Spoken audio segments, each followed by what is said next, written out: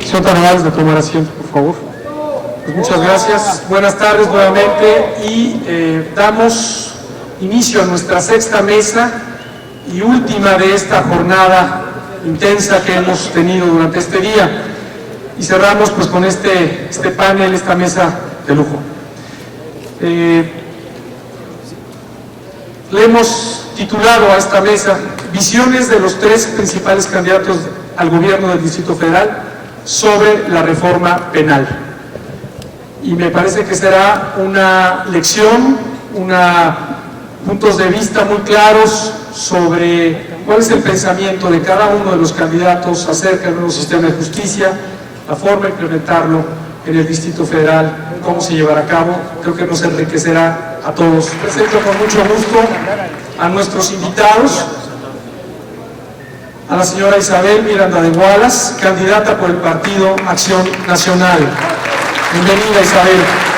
Gracias. A la licenciada Beatriz Paredes Rangel, candidata por el Partido Revolucionario Institucional. Bienvenida, Beatriz.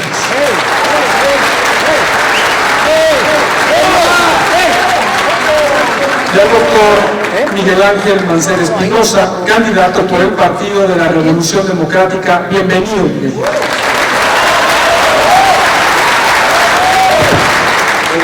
Yo creo que algo importante es conocer los puntos, las perspectivas de los candidatos a gobierno de la ciudad sobre temas que son particularmente sensibles para nosotros los ciudadanos. Muchas gracias. Muy buenas tardes a todas y a todos. Agradezco la invitación a la red. Y yo diría que en el Distrito Federal habrá que hacer historia de cómo se dio este proceso. Viene la reforma constitucional y después vienen una serie de pasos que hay que ir dando, que hay que ir complementando. El primero de ellos, el de crear un área en donde hubiera la participación del Ejecutivo, donde estuviera la participación del Legislativo, donde estuviera la participación del Judicial y de la Academia. Eso es lo primero que se ordenaba que se hiciera. Se dio precisamente en una época en que la Asamblea Legislativa estaba verdaderamente dividida por las fuerzas políticas que ahí estaban representadas. Sin embargo, hubo un consenso muy importante y se logró crear esta figura. El segundo paso que se marcó en esta reforma hacia el sistema acusatorio, hacia la implementación de los llamados juicios orales, fue crear un consejo y que este consejo pudiera tener sus bases. Se creó el consejo ya tuvo representación, por supuesto, del PRD, del PAN, del PRI, de todas las fuerzas políticas, tuvo representación de magistrados, de consejeros, tuvo representación de órganos del Ejecutivo y tuvo representación también de la Academia en ese mismo consejo.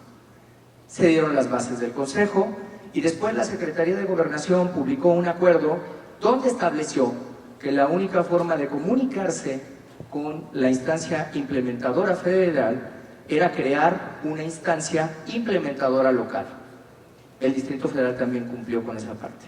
Se creó la instancia coordinadora. En esta instancia coordinadora, uno de las entidades que más recursos pudo bajar para poder avanzar en los temas de capacitación fue el Distrito Federal, dado que había cumplido con estos puntos que se habían marcado. ¿Qué creo yo que es lo que falta? Porque eso es lo que nos preguntan aquí, a 4 años de la reforma, ¿qué es lo que falta? ¿Qué creo yo que falta? Falta todavía que podamos socializar con la gente del Distrito Federal en qué va a consistir esta reforma.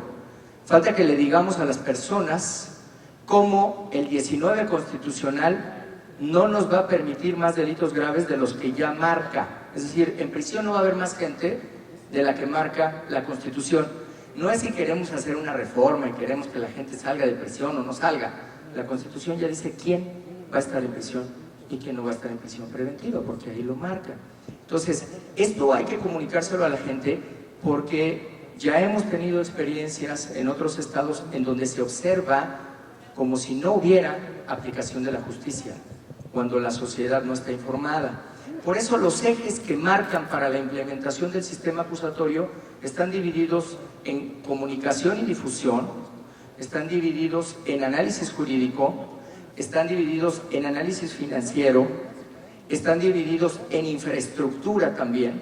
Es decir, es un proceso que tiene varias etapas de análisis y varias instancias que hay que ir complementando. La Ciudad de México, en un cálculo aproximándola más o menos a la Ciudad de Chile, pudiera llegar a necesitar 8,000 millones para la implementación, nada más por la afluencia de trabajo que tiene. Entonces, sí es un tema presupuestario también, sí es un tema, aunque no es el único tema. ¿Qué avance legislativo tenemos? Bueno, todos los tribunales de este país se pusieron de acuerdo para hacer un modelo de código penal de sistema acusatorio. El Distrito Federal ya le presentó al Tribunal Superior, ya se tiene también coordinado en este Consejo un modelo de código de sistema acusatorio. Sin embargo, ¿qué creo yo en lo personal? Que hay que esperar el modelo federal y que del modelo federal, a la manera que se hizo ya en otros países, deben de partir los ordenamientos, porque si no encuentras estados que tienen apelación, estados que no tienen apelación, estados que tienen audiencia en tal periodo, estados que no la tienen, es decir, no hay un modelo uniforme. Entonces, creo que ahí tiene que haber también certeza y uniformidad, porque si no podemos tener un solo código, dado el debate de las autonomías, sí podemos tener una legislación que esté coordinada de manera armónica, es decir, armonización de las leyes. Yo creo que eso sería fundamental. ¿Qué más sigue en este trayecto? Bueno, sigue también que distingamos y que pensemos muy bien qué vamos a hacer con la delincuencia organizada. Porque yo ya lo dije en un foro también de esta misma red. Cuando se reformó la Constitución, hubo dos grandes bloques. Uno que tuvo que ver con la implementación del sistema acusatorio, amplificación de ley, amplificación de garantías, y otro que tuvo que ver con una reducción de garantías verdaderamente crítica, aplicación del derecho penal del enemigo. Entonces, ¿cómo vamos a tratar a la delincuencia organizada? ¿La delincuencia organizada está dentro del sistema acusatorio o está fuera del sistema acusatorio? No es un tema menor. Ya en la exposición de motivos, en su momento, el presidente Fox había dicho: es un derecho de excepción y no se puede aplicar el sistema acusatorio para este tipo de procesos. Entonces, ¿qué creo que falta? Falta una gran vinculación con la parte académica. Está, por supuesto, en el proyecto. Hay necesidad de una gran proyección financiera para saber las necesidades de los diferentes estados. No es lo mismo la aplicación del sistema acusatorio en Campeche que en Nuevo León. Es decir, cada uno tiene sus peculiaridades. Todavía en Nuevo León están haciendo adecuaciones cuando son vanguardistas en este tema. Todavía se están haciendo adecuaciones en Oaxaca, todavía se están haciendo adecuaciones en Chiapas. Es decir, habrá que aprovechar también estas experiencias. Lo que no tenemos duda es que hay una fecha límite. Lo que no tenemos duda es que esto va a cambiar. Vamos hacia las salidas alternativas.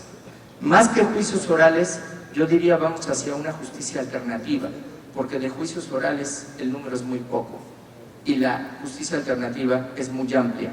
La justicia alternativa lo que plantea es la recomposición del tejido social.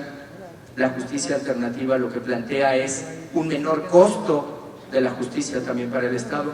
La justicia alternativa lo que plantea es una comunicación también con el tema de los derechos humanos, que es otra problemática que también hay que siempre tener presente en estas perspectivas legislativas que se plantean. Yo creo entonces que vamos hacia esta aplicación, pero vamos de manera ordenada, de manera sistemática.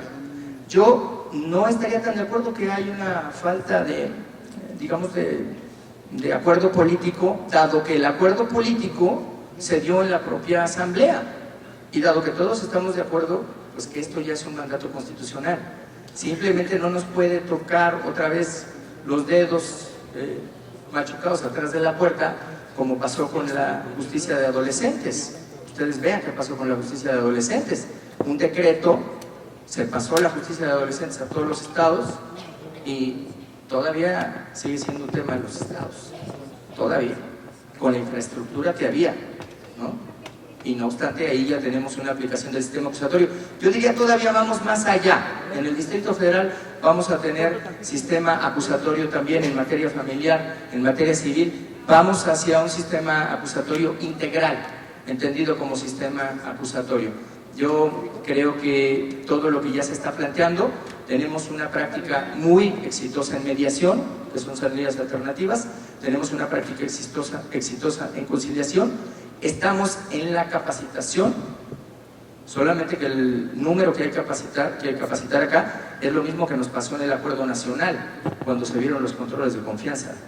Y se dijo, bueno, habrá que pensar cuál es el mecanismo para el control de confianza, dado el número de personal que hay que capacitar en las diferentes entidades. Cuando aquí llevas el 10%, pues llevas capacitados 9,000. Y hay estados que tienen 300. Entonces, eso también es algo que hay que evaluar de manera, yo creo que muy puntual. Tenemos a veces una efervescencia legislativa que es muy importante, pero que debe ir acompañada de una previsión financiera, también que le dé viabilidad. ¿Eso que hice un minuto? Ok, entonces, para que un proyecto funcione, tiene que pasar varias cosas. Debe ser socialmente aceptado, debe de ser económicamente analizado y debe de ser financieramente viable. Con todo esto, nosotros vamos a llegar al anhelo que todo el mundo tiene, una mejor justicia. En eso todo el mundo coincide. Debe de haber más transparencia, debe haber justicia expedita, debe de haber todo lo que se plantea, las aspiraciones que ya están planteadas en la Constitución, por cierto, en el artículo 20, apartado A. Muchas gracias.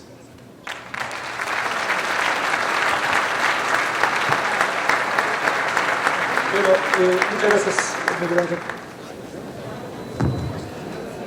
Bien. Vamos a dar el reconocimiento, Javier, gracias por la moderación, un reconocimiento de parte de la red de juicios orales. Isabel, un reconocimiento también. Miguel, un reconocimiento, muchas gracias.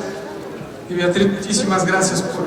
Emilio, un reconocimiento también. Y una foto con la gente de la red, por favor, son tan amables.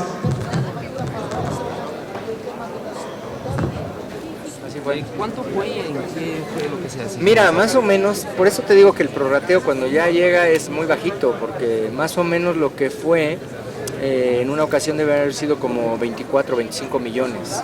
Y esto se tenía que repartir entre Consejería Jurídica, Procuraduría y las labores propias de difusión. Los 8,000 millones de pesos que usted refiere son los que se requieren en general para... Sí, porque nada más habría que hacer una evaluación muy rápida de todo lo que es la infraestructura, las salas de juicio, las salas de presentación con detenido, las diferentes salas que hay que crear y la infraestructura que hay que crear. Quizá la voluntad política de la que se hablaba aquí no sea tanto del gobierno del Distrito Federal, sino de los mismos congresistas. Yo creo que es nacional, yo creo que es un tema nacional, pero sí, por ejemplo, para la autonomía, pues requerimos que haya una reforma ya de fondo para el Distrito Federal. De fondo. Gracias. Gracias a ustedes. Que estén muy bien.